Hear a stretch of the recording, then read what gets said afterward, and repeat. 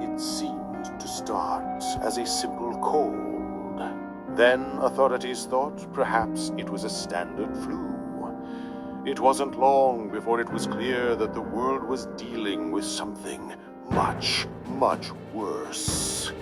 Countries tried denying entry, mandating shutdowns, and limiting travel. But it continued to spread. It spread to every corner of the globe, and it started mutating. Governments tried everything they could as thousands upon thousands were dying. Civil unrest began to spread. Now, almost 2 years into the pandemic, as the bodies are piling up, the worst has happened.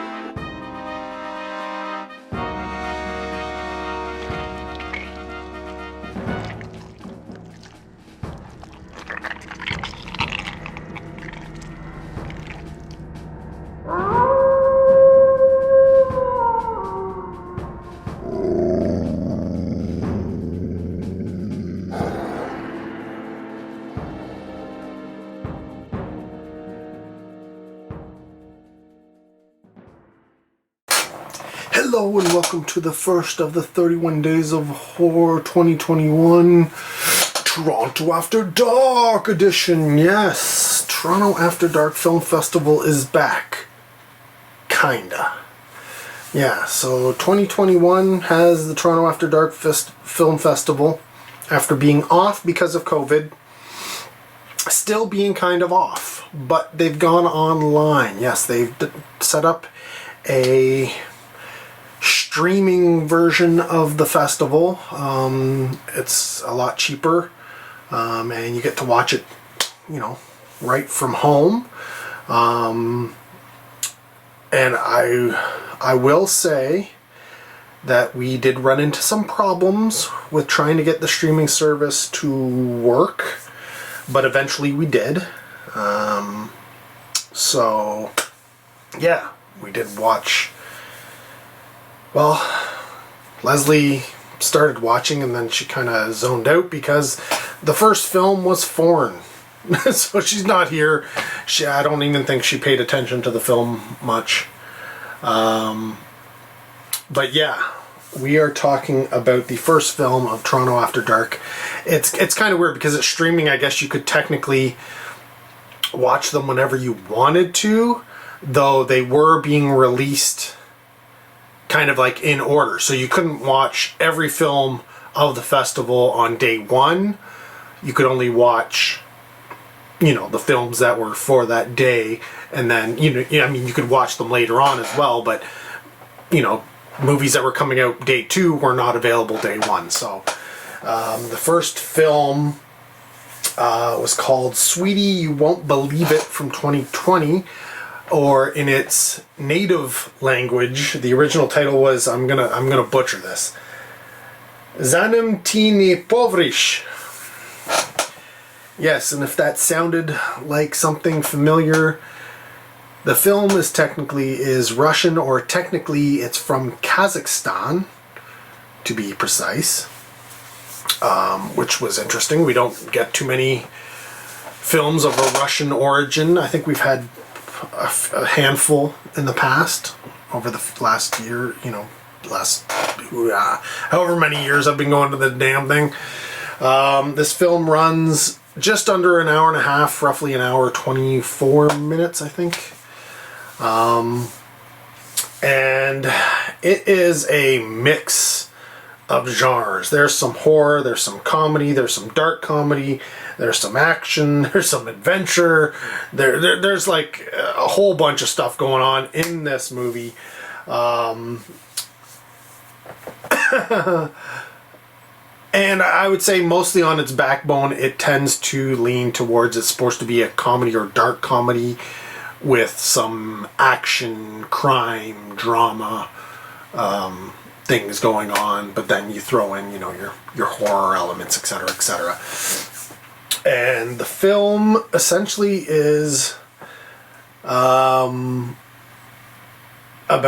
Dastan, who has a pregnant wife, and he can no longer kind of stand her nagging.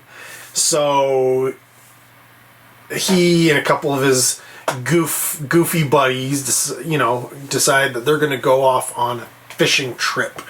Something to get away from everything, all the, thinking about, becoming a new dad and all this kind of stuff.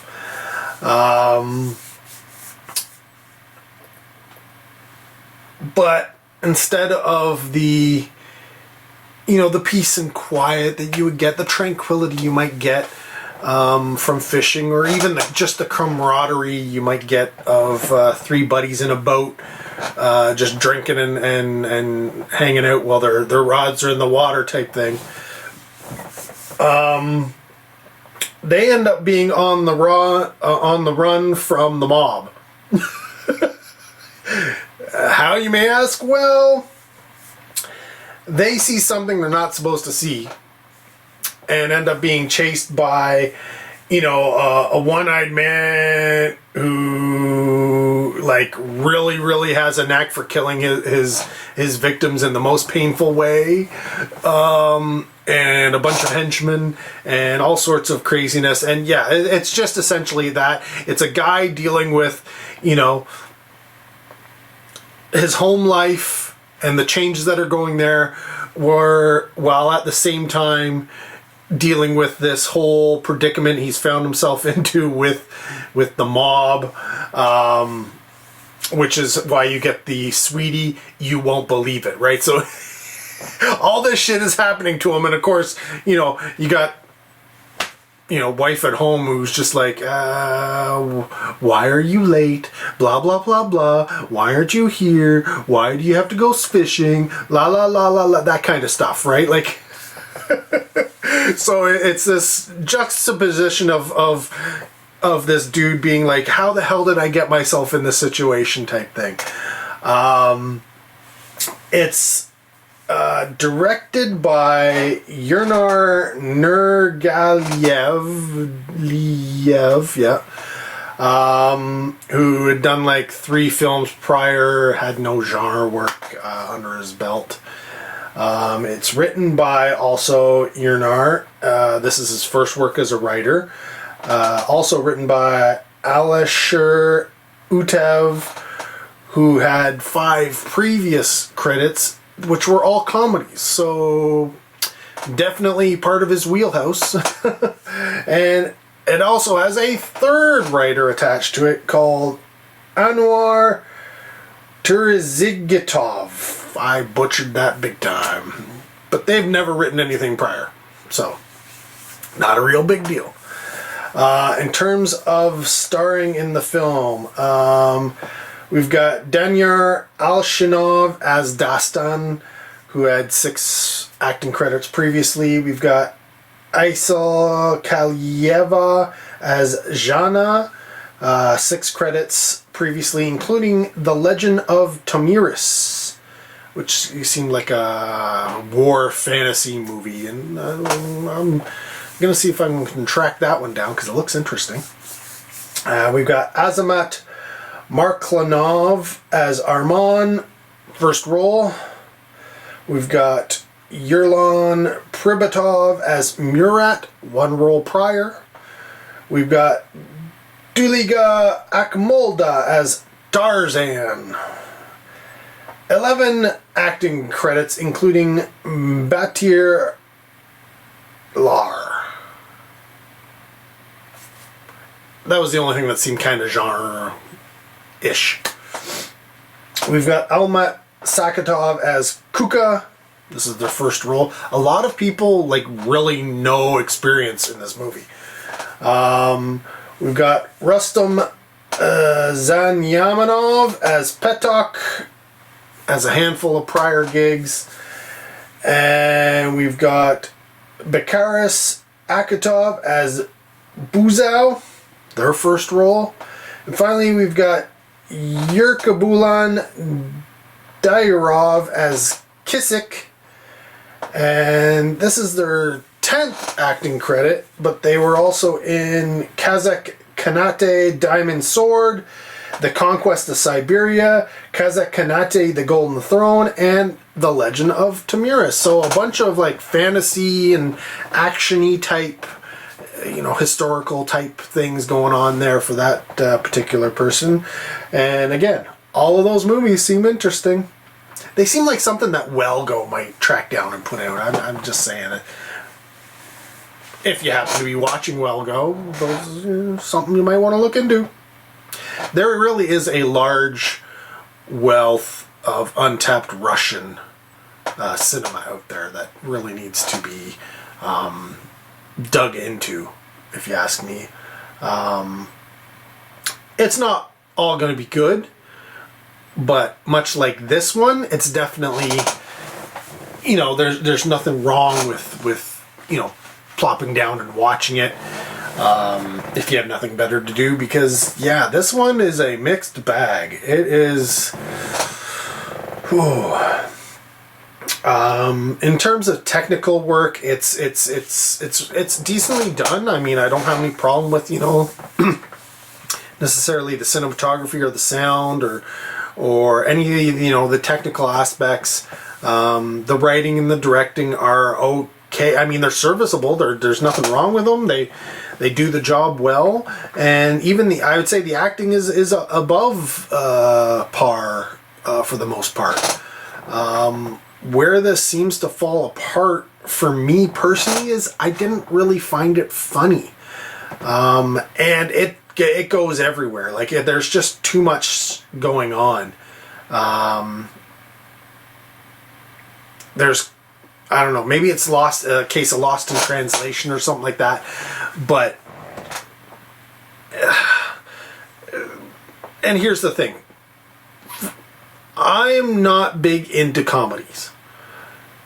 I have to A, be in the mood, and B, it has to be funny for me, right? Like, some things I find really funny, some things I don't find funny at all. And, there are films out there that people just, insist are the funniest things ever, and I'm not necessarily on the same page when it comes to those films. So, yeah, you ask Leslie. She likes a good comedy, and, there are a few comedies that we watch on the regular, which I still enjoy. And I mean, I consider them some of the greats, right? Like the Christmas Vacation type stuff. The, what else do we, Summer Rental or Great Outdoor. A lot of John Candy, a lot of good 80s comedies and such. A lot of those ones fall into the, I enjoy watching these movies. I still find them, humorous, maybe not gut belly laugh out loud type funny after the umpteenth time watching them, but I still enjoy them, right? They're enjoyable watches. But a lot of comedies, I don't know, and this is one of them where I'm just not, either I'm not getting the joke, or I don't find the joke funny, or like I said, maybe it is a case of this is a very funny, maybe I don't know, maybe a lot of the jokes, or maybe some of the jokes were, topical to current events in the area or Russia or anything like that. And I will say that, when you get films like, the slapstick, Naked Guns, Airplanes, all that kind of stuff, where they do tend to throw in a joke that is funny for the time period, those jokes don't tend to really work later on, because when you watch them back 20 years later, new viewers are looking at it going, I have no idea why that would be funny, because they didn't live the events that they're making the joke out of. And I mean, I guess that's one of the problems with, your late night talk shows and maybe your Saturday Night Live type things. When they do jokes about current events and such like that, they can be really funny at the time period, but, when you look back on them, say, 20, 30 years down the road, Would the joke still be funny? I don't know. Probably not. Maybe why some things from the past just don't work as well as they did when they first came out. I don't know. But yeah, I was not feeling the comedy in this movie. Don't get me wrong. There are a few instances where I was like, okay, yeah, that was funny. You know, maybe a slapstick moment, or maybe a delivery, you know, the way they delivered the particular dialogue, or, you know, put forth the scene. They, you know, might have gotten a chuckle out of me, but I think this was supposed to be big on comedy. This was supposed to be laugh out loud, funny, fun movie, and I don't know. I just wasn't getting it. I just wasn't getting it, which is, I don't know. It's is that saying something about me? Is that saying something about the movie? I don't know, right? When it comes to, you know, the horror elements and stuff and the gore and such, it was okay. It wasn't anything that, you know, I would write home about or anything like that. But it served its purpose, if you will.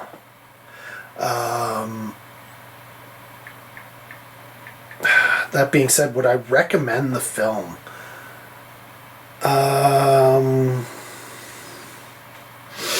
Honestly, I don't think I would recommend the film.